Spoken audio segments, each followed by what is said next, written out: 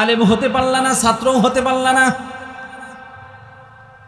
মুস্তামিআন, আলেম কি বলে ভালো করে শোনো, জীবনে বাস্তবায়ন করো। কারণ আল্লাহর পয়গম্বর বলেছেন, আলেমের কথা শুনে আলেমের কথা মোতাবেক যে জীবন যাপন করবে, কাল কিয়ামতের ময়দানে, হাসরের ময়দানে আলেমদের সাথে তাকে জান্নাতে যাওয়ার ব্যবস্থা করে দিবেন। বলেন সুবহানাল্লাহ। আল্লাহ তাআলা ইরশাদ করেন, ফালাউলা নাফারা মিন কুল্লি ফিরকাতিন মিনহুম তাইফাতুল লিয়াতাফাক্কাহু ফিদ্দীন ওয়ালিয়ুনযিরু কওমাহুম ইযা রাজাউ ইলাইহিম লাআল্লাহুম ইয়াহযারুন। এই আয়াতের মধ্যে আল্লাহ রাব্বুল আলামিন উলামায়ে কেরামকে একটা দায়িত্ব দিয়েছেন। আল্লাহ রাব্বুল আলামিন ঘোষণা করেন, প্রতিটি বড় দল থেকে কেন একটি ছোট দল বের হয় না, যেই দলের লোকগুলো এলেম শিখবে, দিন শিখবে, দিন বুঝবে, দিন বুঝার পরে দিনই এলেম নিয়ে তাদের কওমের কাছে, সম্প্রদায়ের কাছে ফিরে যাবে এবং সম্প্রদায়ের লোকদেরকে ভীতি প্রদর্শন করবে, আল্লাহ সম্পর্কে ভয় দেখাবে, আখিরাত সম্পর্কে ভয় দেখাবে, জাহান্নাম সম্পর্কে ভয় দেখাবে।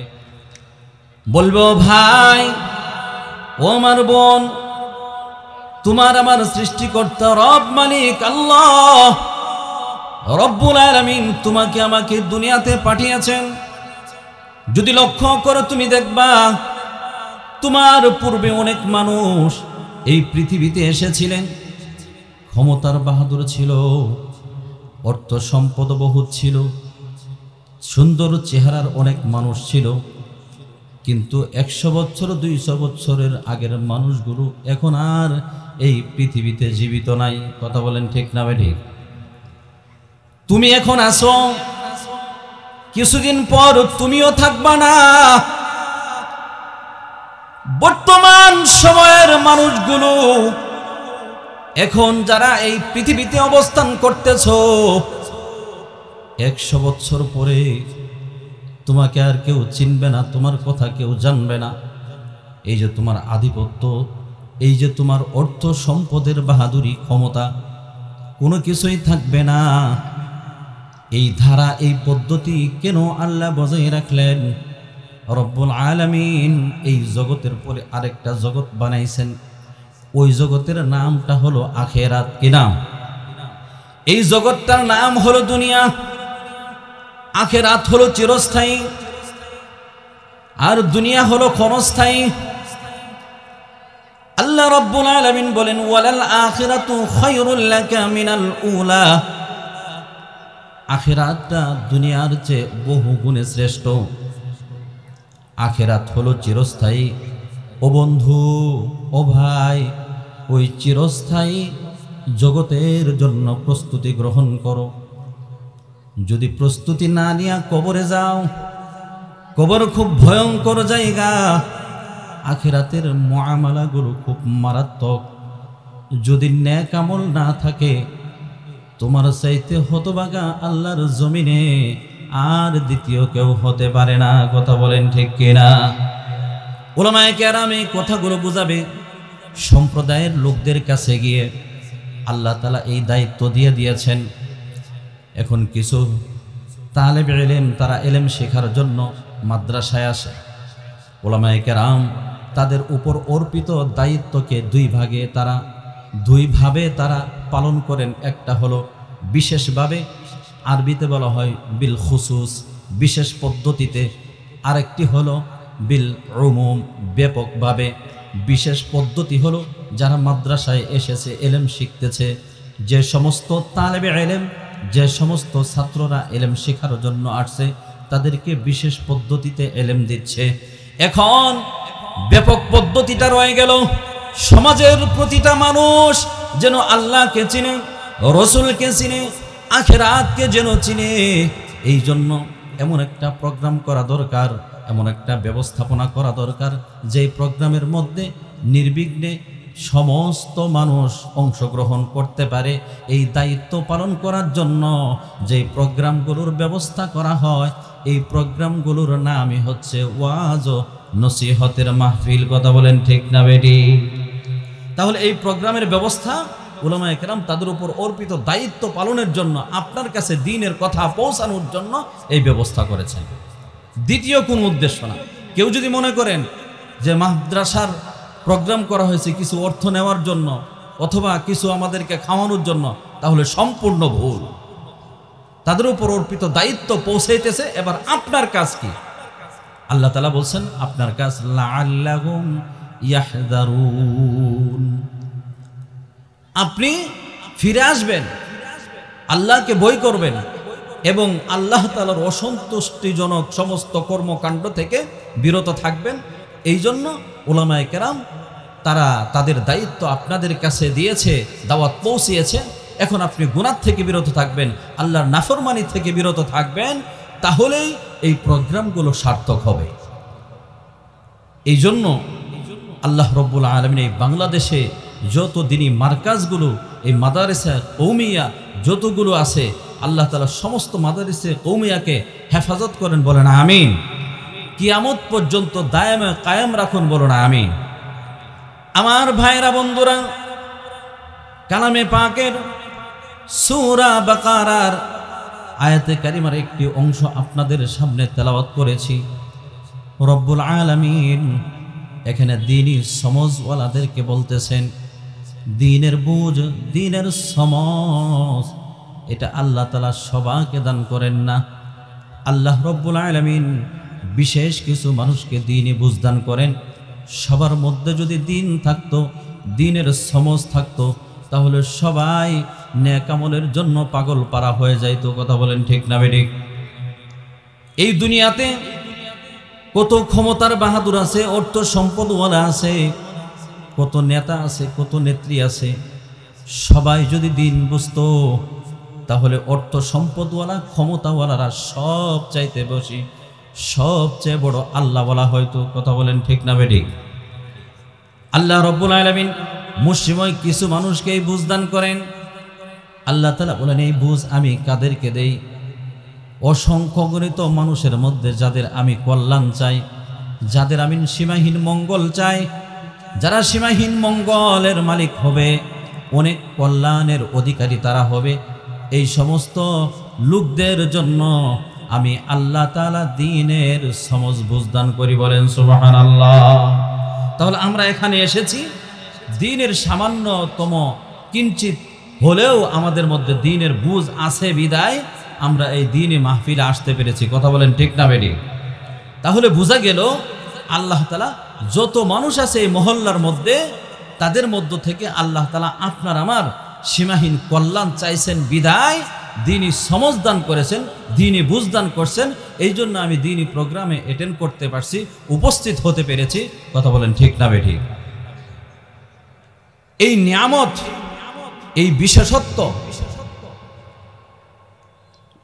আল্লাহ তাআলা আমাদেরকে দিয়েছেন বিশেষ ভালোবেসে। আমাদের উচিত হলো এই নিয়ামতকে ধরে রাখা, এটার কদর করা, এটাকে মূল্যায়ন করা। যে আমি এখানে আসছি এই দ্বীনি মাহফিল থেকে হযরত উলামায়ে কেরাম যারা আসবে, তাদের মুখ থেকে কোরআন হাদিসের সহি বাণীগুলো নিয়ে আমি যেন একজন সহি আমলদার হতে পারি, আমি যেন আমার নাজাতের রাস্তায় চলতে পারি, আমি যেন আমার চির সফলতার রাস্তায় চলতে পারি।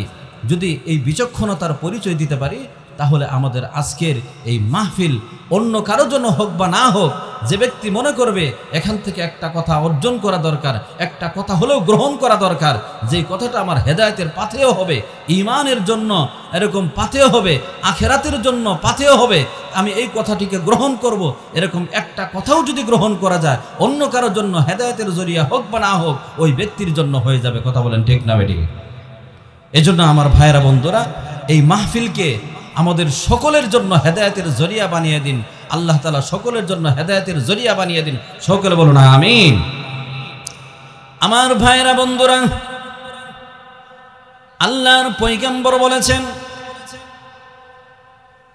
এই দুনিয়াতে আল্লাহ রব্বুল আলামিন যা কিছু দিয়েছেন, এর মধ্যে শ্রেষ্ঠ জিনিস হলো ঈমান আর ঈমানকে চেনার জন্য, জানার জন্য, ঈমান ধারণ করার জন্য ইলম প্রয়োজন। যেভাবে নামাজ হলো উম্মুল ইবাদাহ, সর্বশ্রেষ্ঠ ইবাদত, এই নামাজকে আদায় করার জন্য ওযুর প্রয়োজন আছে না নাই? আওয়াজ করে বলেন, আছে না নাই? ওযু যেমন জরুরি, ওযু ছাড়া নামাজ হবে না। পরিপূর্ণ ঈমান যদি কেউ গ্রহণ করতে চায়, ঈমানের ইলম তার মধ্যে থাকতে হবে। ইলম ছাড়া ঈমান অর্জন করা সম্ভব না। কথা বলেন ঠিক না বেঠিক? এই জন্য নবীজি বলছেন, ইবাদতের চেয়েও দামি জিনিস হচ্ছে আল্লাহ তাআলার কাছে ইলম। এই জন্যই তো আলেমরা এই জামিয়া ইব্রাহিমিয়ার তলাবা এবং উলামায়ে কেরাম এরা ঘুমিয়ে যে নেকি পায়, আপনি আমি সারা রাত ইবাদত করেও সেই নেকি পাবো না। এটা আমার কথা না, রসুলের কথা। কারণ তার ঘুমানোটা ভিতরে তার ইলম আছে, তার ঘুমানোটা হবে সুন্নত তরিকা মোতাবেক। আপনি আমি যদি আবেদ, ভালো মন্দর তারতম্য পার্থক্য আপনি আমি জানি না। একজন আলেম হচ্ছে বিচক্ষণ, একজন আলেমকে সহজে শয়তান ধোঁকা দিতে পারে না, একজন আলেমকে সহজে শয়তান পরাভূত করতে পারে না। আল্লাহর পয়গম্বর এই জন্য বলেছেন, ফাকিহুন ওয়াহিদুন আশাদ্দু আলা শাইতানি মিন আলফি আবিদি। 1000 আবেদকে যেমন সহজে শয়তান ধোঁকা দিতে পারে, 1000 আবেদকে ধোঁকা দেওয়া যতটা সহজ, একজন আলেমকে ধোঁকা দেওয়া তার চেয়েও বেশি কঠিন। এই জন্য নবীজি বলেছেন, কুন আলিমান, যদি পারো আলেম হও। আলেম হওয়া যদি সম্ভব না হয়, কিভাবে অসম্ভব? 40 বছর অতিবাহিত হয়ে গেছে, সংসারের পেরা তোমার মাথায়, এখন তুমি আলেম হবা কিভাবে? এই সময় এই সুযোগ তো হারিয়ে ফেলেছ। ওই আলেমের ছাত্র হয়ে যাও। ছাত্র কিভাবে হইবা? একটা কায়দা নিয়ে আলেমের কাছে চলে যাও, মাদ্রাসার মুহতামিমের কাছে চলে যাও, মসজিদের খতিবের কাছে চলে যাও, হুজুর আমাকে এখান থেকে সবক দিয়ে দেন। তোমার উদ্দেশ্য, টার্গেট হলো তুমি পারো আর না পারো, তুমি এই আলেমের কাছে ছাত্র হয়ে থাকতে চাও। আল্লাহর পয়গম্বর বলেছেন, ইলম শিখতে শিখতে যে ব্যক্তি মারা যায়, তার জন্য আল্লাহ তাআলা জান্নাতের রাস্তা সহজ করে দেয়। বলেন সুবহানাল্লাহ। তুমি যেন জান্নাত পেতে পারো, এই জন্য তুমি আলেমের দরবারে ছুটবা।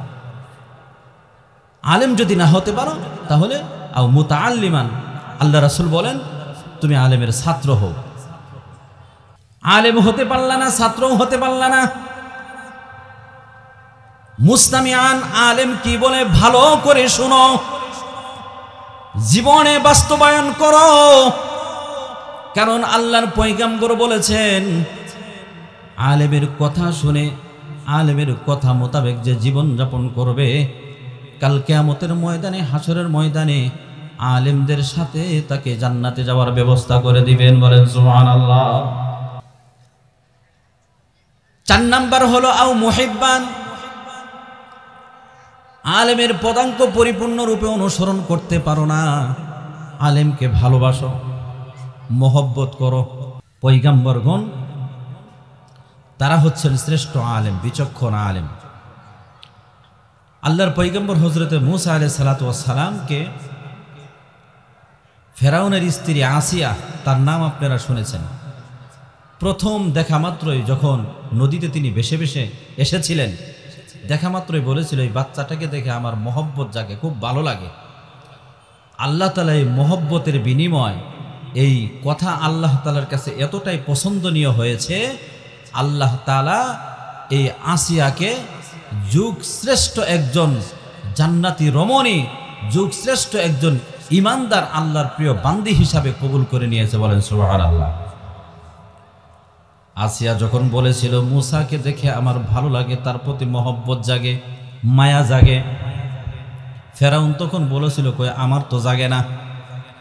শুধুমাত্র সেখানে মহব্বত প্রকাশ না করার কারণে ফেরাউন এত বড় শাসক ছিল, এত অর্থ সম্পদ, এত বড় ক্ষমতার মালিক হওয়া সত্ত্বেও ঈমান নামক মহান দৌলত অর্জন করা তার পক্ষে কি হয় না, সম্ভব হয় নাই। তাহলে আলেমকে ভালোবাসলে নাজাত পাওয়া যায়, প্রমাণ আছে না নাই? আপনি বলবেন এটা তো নবী, আব্দুল্লাহ ইবনে আব্বাস সূরাতুল হুজুরাতের প্রথম আয়াতে কারিমার তাফসির করছেন যে নবীদের ক্ষেত্রে যে সমস্ত দিক নির্দেশনা যা আছে এই সবগুলো নবীর পরবর্তী যারা আলেম উলামা আসবে তাদের ক্ষেত্রে সেম। নবীদেরকে যেভাবে মানতে বলা হয়েছে, আলেমদেরকে যদি তৎকালীন সময়ের লোকেরা আলেমদেরকে যদি সেভাবে মানে, তাহলে নবীদেরকে মেনে যারা নাজাত পেয়েছে, আলেমদেরকে যারা মানবে তারাও নাজাত পেয়ে যাবে। বলেন সুবহানাল্লাহ। এই কথাগুলো বললাম কি জন্য? বর্তমান সময়ে ইসলাম বিরোধী বিভিন্ন চক্র চলতেছে, আপনাকে আমাকে দিন থেকে দূরে সরানোর জন্য, মাদ্রাসা থেকে দূরে সরানোর জন্য, মসজিদ থেকে দূরে সরানোর জন্য, উলামায়ে কেরাম থেকে দূরে সরানোর জন্য একটা চক্র বিশেষভাবে কাজ করে যাচ্ছে। কথা বলেন ঠিক না বেঠিক? এর মধ্যে বাতিল যত পন্থী আছে, ইহুদি বলেন, খ্রিস্টান বলেন, মুশরিক বলেন, হিন্দু বলেন, কাদিয়ানি বলেন আর সাদিয়ানি বলেন, হিজবুত তাওহীদ বলেন, এই সমস্ত দলগুলোর উদ্দেশ্য একটাই, মানুষকে আলেম থেকে ছিন্ন করা, দূরে সরানো, আলেম থেকে জনগণকে আলাদা করে দেওয়া। কি জন্য? ওই যে পশ্চিমারা তারা যে গুটি চালতেছে, এটা পরিপূর্ণরূপে তারা যদি সাকসেস হতে পারে, মানুষকে যদি দিন থেকে, আলেম থেকে, ওলামা থেকে যদি আলাদা করতে পারে, তাহলে তাদের দল বাড়ি হবে, তারা জাহান্নামে একা যাবে না। যারা আলেম থেকে দূরে সরে যাবে তাদেরকে নিয়ে সম্মিলিতভাবেই তারা জাহান্নামে যাবে। এই জন্য আল্লাহ রাসূল সাল্লাল্লাহু আলাইহি সাল্লাম 1400 বছর আগে, 1500 বছর আগেই ঘোষণা করে দিয়েছেন, সতর্কবার্তা, খবরদার, হয়তো আলেম হবা, না হয় ছাত্র হবা, না হয় আলেমের কথা ভালো করে শুনবা, মানবা, না হয় আলেমকে মহব্বত করবা, খবরদার ওয়ালা তাকুন খামেসা, 5ম নাম্বার হয় না যে আলেম বিদ্বেষী হয়লা, আলেমের শত্রু হয়লা। এই জামানার সমস্ত মানুষের জন্য শিক্ষা মনে রাখতে হবে, ইবাদতের পাহাড় গড়াক না কেন, ইবাদতের স্তূপ বিশাল বড় আমলদার, কিন্তু আলেম দেখলে সহ্য হয় না, আলেমের কথা তার দিলে আঘাত লাগে, আলেমের বিরুদ্ধাচরণ করার মধ্যে সে শান্তি অনুভব করে আলেমের বিরুদ্ধাচরণ করে ছলে বলে কৌশলে, কসম খোদার পাহাড় পরিমাণ ইবাদত হোক না কেন, এই ইবাদত তার নাজাতের জন্য কঠিন কালেও যথেষ্ট হবে না, হবে না। কথা বলেন ঠিক না বেটি? আমার ভাইরা বন্ধুরা, এই জন্য আল্লাহ রব্বুল আলামিন বলেছেন, যে সমস্ত মানুষ দ্বীনি ইলম অর্জন করবে, আমি আল্লাহ তাআলা তাদেরকে সীমাহীন মর্যাদায় ভূষিত করব। আল্লাহ রব্বুল আলামিন এই ঘোষণা শুনিয়ে দিলেন, ইয়ারফাইল্লাহুল্লাযীনা আমানু মিনকুম ওয়াল্লাযীনা উতুল ইলমা দারাজাত। তোমাদের মধ্যে যারা ঈমান আনবে, ইলম অর্জন করবে, আল্লাহ রব্বুল আলামিন তাদের মর্যাদাকে বহুগুণে বাড়িয়ে দিবেন। বলেন সুবহানাল্লাহ। যেই জিনিসের সাথে ইলমের সম্পর্ক, ওই জিনিসের মর্যাদা এমনিতেই বেশি।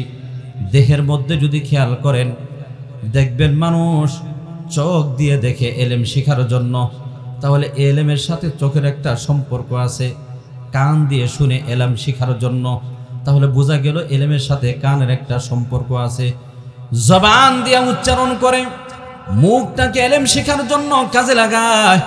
এই জন্য ইলম শেখার জন্য ইলমের সাথে এই জবানের সম্পর্ক আছে, কানের সম্পর্ক আছে, চোখের সম্পর্ক আছে। ভালো করে খেয়াল করলে বুঝবেন, এই গোটা দেহের মধ্যে যত অঙ্গ প্রত্যঙ্গ আছে, সমস্ত অঙ্গ প্রত্যঙ্গের মধ্যে ওই সমস্ত অঙ্গ প্রত্যঙ্গগুলোই দামি, যেই সমস্ত অঙ্গগুলো ইলমের সাথে সম্পর্ক রাখে। কান, নাক, চোখ এবং মুখ, মেধা, এই জিনিসগুলো সংরক্ষিত জিনিস, দেহের মধ্যে সবচেয়ে দামি জিনিস। কথা বলেন ঠিক না বেঠিক? আল্লাহ রাব্বুল আলামিন এটা বুঝাইছেন, কোরআনকে অবতীর্ণ করলেন। কোরআন রব্বুল আলামিনের কালাম, এটাকে কালামুল্লাহ বলা হয়। আল্লাহ রব্বুল আলামিন এই কোরআনকে দুনিয়ার বুকে পাঠানোর জন্য আল্লাহ তাআলা নরমাল কাউকে চয়ন করেন নাই। সমস্ত মাখলুকাতের মধ্যে শ্রেষ্ঠ মাখলুকাত জিন, ইনসান ইবাদতের মাধ্যমে আল্লাহ তাআলার নৈকট্য হাসিল করে। আর নিষ্পাপ মাখলুক হলো ফেরেশতা। এই ফেরেশতাদের মধ্যে যিনি সরদার ফেরেশতাদের যিনি লিডার হযরতে জিবরাইল আলাইহিস সালাতু ওয়াস সালাম, আল্লাহ রাব্বুল আলামিন এই কালামুল্লাহকে, বাণীকে অন্য কোনো ফেরেশতাকে চয়ন করেন নাই।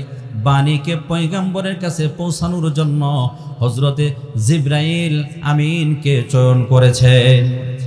ওই শ্রেষ্ঠ বাণী, শ্রেষ্ঠ ফেরেশতা জিবরাইল এটাকে নিয়ে যাবে আমার পয়গম্বরদের কাছে। এরপরে কোন মানুষদের নিকট নিয়ে এসেছেন? আল্লাহ রাব্বুল আলামিন এই দুনিয়াতে যত মাখলুক তৈরি করেছেন, মানুষ হলো শ্রেষ্ঠ। মানুষের মধ্যে শ্রেষ্ঠ হলো নবীগণ। আল্লাহ তাআলা নবীগণদের কাছে আল্লাহর বাণী পৌঁছাইছেন, কালাম পৌঁছাইছেন। আর সর্বশ্রেষ্ঠ কিতাব আল কুরআন যেই পয়গম্বরের উপর পাঠাইছেন, ওই পয়গম্বরের ব্যাপারে ঘোষণা দিয়েছেন সাইয়্যিদুল মুরসালিন। শুধুমাত্র সমস্ত মাখলুকাতের সরদার নয়, তিনি নবী রাসূলদেরও সরদার। বলেন সুবহানাল্লাহ। শ্রেষ্ঠ মাধ্যম দিয়া শ্রেষ্ঠ ব্যক্তির উপর এবং যেই নগরীতে এই এলেম আসলো, বিশ্ব স্থানের মধ্যে শ্রেষ্ঠ স্থান মক্কা মদিনা, এবং যত সময় আছে, মাস আছে, এই সময় এবং মাসের মধ্যে শ্রেষ্ঠ মাস হলো রমজান মাস। এই রমজান মাসে কোরআন অবতীর্ণ হলো। রমজানের মধ্যে শ্রেষ্ঠ রজনী হলো লাইলাতুল কদর।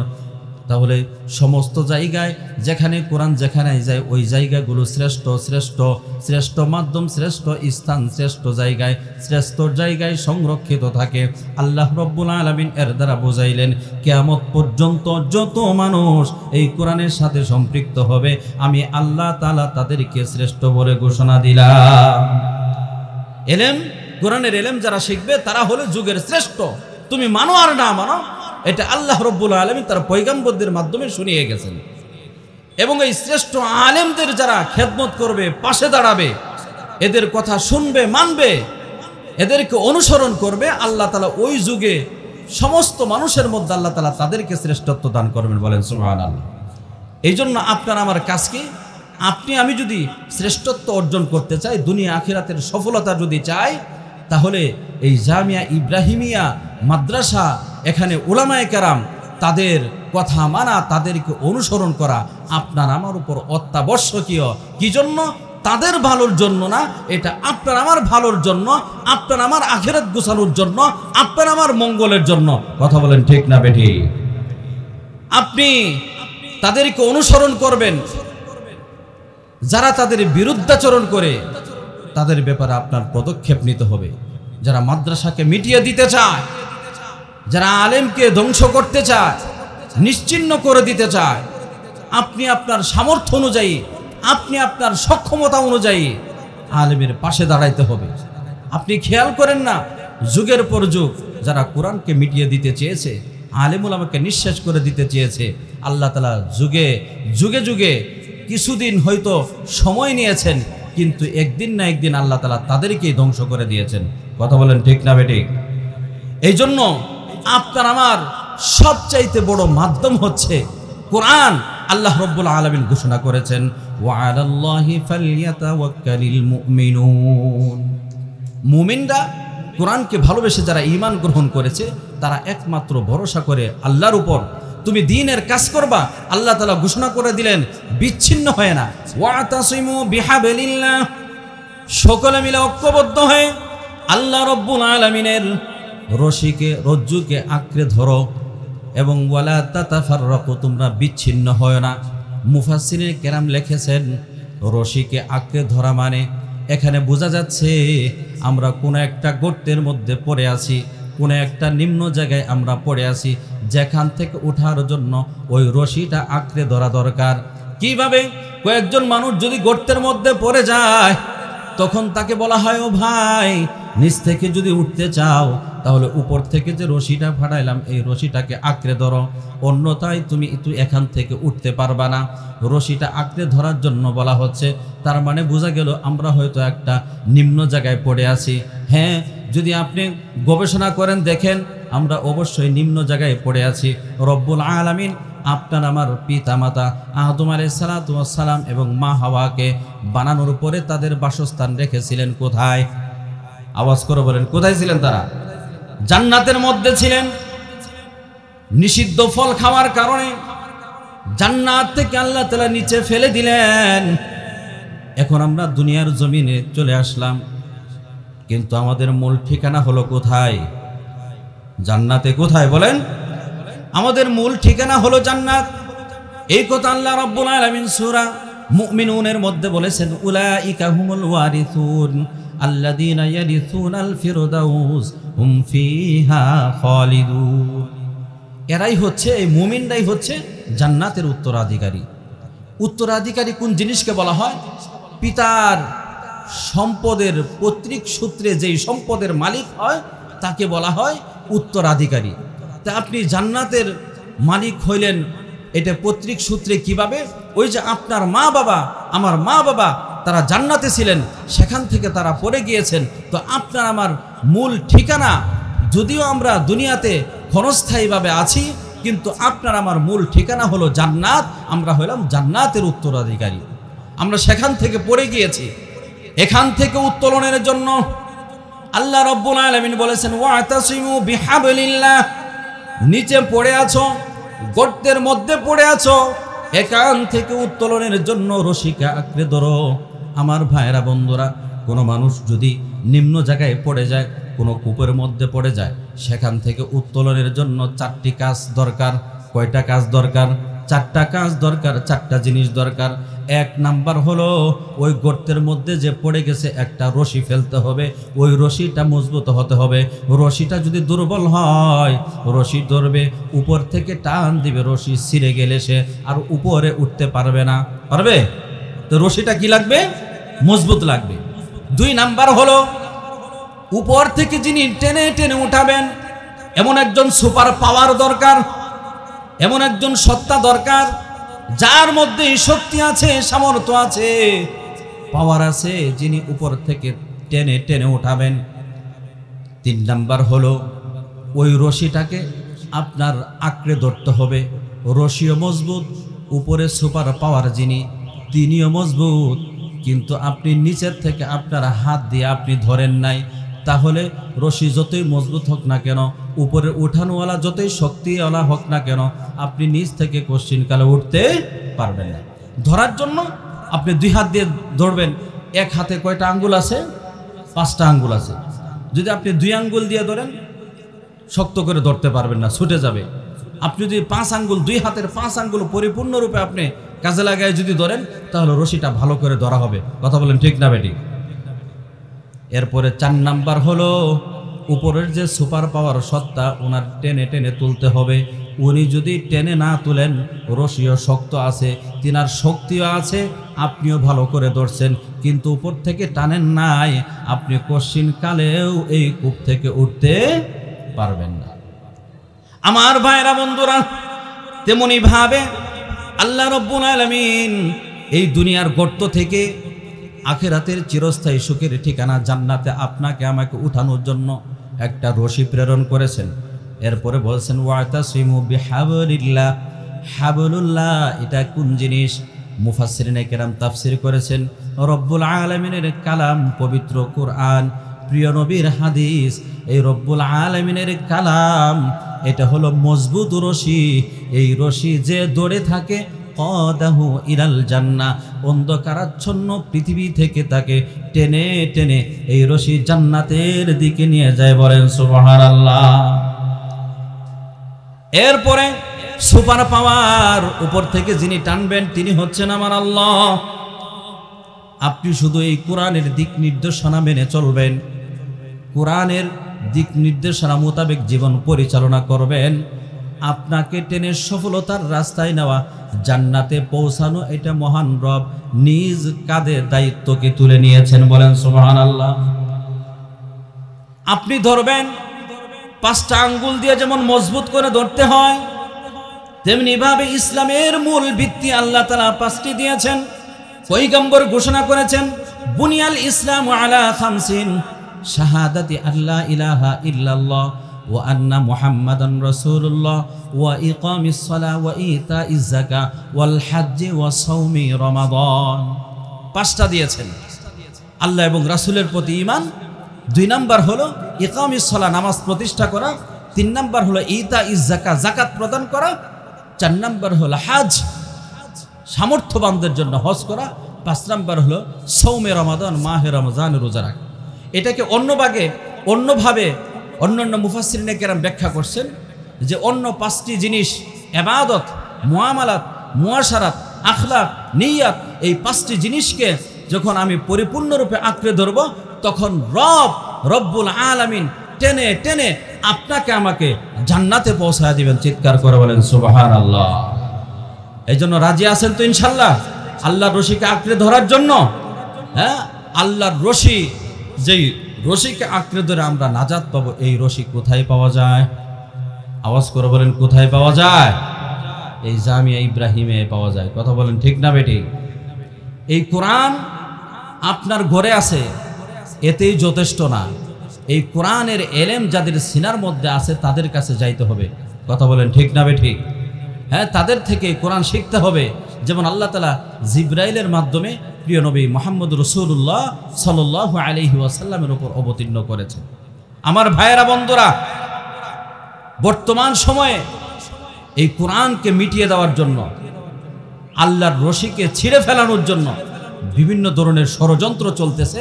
এদের উদ্দেশ্য হলো আপনাকে আমাকে বেঈমান অবস্থায় কবরে পাঠানো। কিন্তু রব্বুল আলামিন ঘোষণা দিয়েছেন, ইউরিদুনা লিউতফিউ নূরাল্লাহ বিআফওয়াহিহিম ওয়াল্লাহু মুতিম্মু নূরিহি ওয়ালাউ কারিহাল কাফিরুন। তারা মুখের ফুৎকার দিয়া এরকম আল্লাহর নূরকে, দ্বীনের নূরকে নিভিয়ে দিতে চায়, কিন্তু আল্লাহ তো তার দ্বীনের নূরকে পূর্ণ করবেনই, যদিও কাফেররা অপছন্দ করে। ঐক্যবদ্ধ থাকবেন, একত্রিত হয়ে সামনে অগ্রসর হবেন, একটু ধৈর্য ধারণ করবেন। যেভাবে আল্লাহ তাআলা আফগানিস্তানে মুসলমানদেরকে বিজয় দান করেছেন, এখন আফগানিস্তান ইসলামী ইমারতে চলে, খেলাফতে চলে, সিরিয়া বিজিত হয়ে গিয়েছে। আল্লাহ রব্বুল আলামিন এগুলো ভবিষ্যৎবাণী দিচ্ছেন। এই 2024 সাল অতিবাহিত হলো, ইসলামের জয় জয়কার চলতেছে। ইনশাল্লাহ 2025 সাল গোটা বিশ্বজন চলে রব্বুল আলামিনের সেই রজ্জু, রব্বুল আলামিনের রশিকে আঁকড়ে ধরে কুরআন হাদিস মোতাবেক। কথা বলেন ঠিক না বেটি? আল্লাহ রব্বুল আলামিন আমাদের সকলকে আল্লাহ তাআলার সেই রশিকে আঁকড়ে ধরে, এবং এই রশিকে আঁকড়ে ধরার জন্য এই অত্র এলাকার স্বনামধন্য প্রতিষ্ঠান জামিয়া ইব্রাহিমিয়া আমাদেরকে আসার, উলামায়ে কেরামদের সাথে সুসম্পর্ক রাখা এবং এই মাদ্রাসার সার্বিক কল্যাণে আপনাকে আমাকে নিয়োজিত থাকার তৌফিক দান করুন। বলুন আমিন। ওয়া আখির দাওয়ানা আলহামদুলিল্লাহি রাব্বিল আলামিন। আসসালামু আলাইকুম ওয়া রাহমাতুল্লাহ।